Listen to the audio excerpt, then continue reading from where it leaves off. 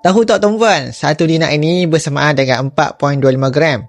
Berketurunan 999.9. Kecil, padat dan bernilai tinggi. Ia boleh simpan di dalam dompet saja tuan-puan, dalam peti keselamatan atau di rumah. Saiznya tuan-puan kecil, tetapi tuan-puan nilai yang sangat besar. Yang penting, ia sangat mudah dijual semula. Bila ada keperluan mendesak, sama ada kecemasan, peluang perniagaan atau pembelanjaan penting, satu dinar ni boleh ditukarkan kepada tunai dalam masa yang singkat tuan-puan.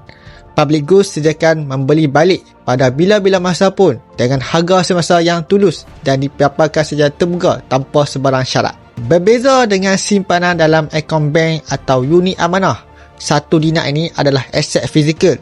Tidak terkesan dengan gangguan sistem, tidak disekat dan tidak boleh dibekukan. Satu keping emas ini mungkin jadi penyelamat anda pada saat yang tidak dijangka. Jadi tuan-puan dah jelaskan penjelasan saya. Kalau tuan-puan ingin memiliki satu dinar ini, tuan-puan boleh isi beg biru di bio saya tuan-puan. Semoga bermanfaat.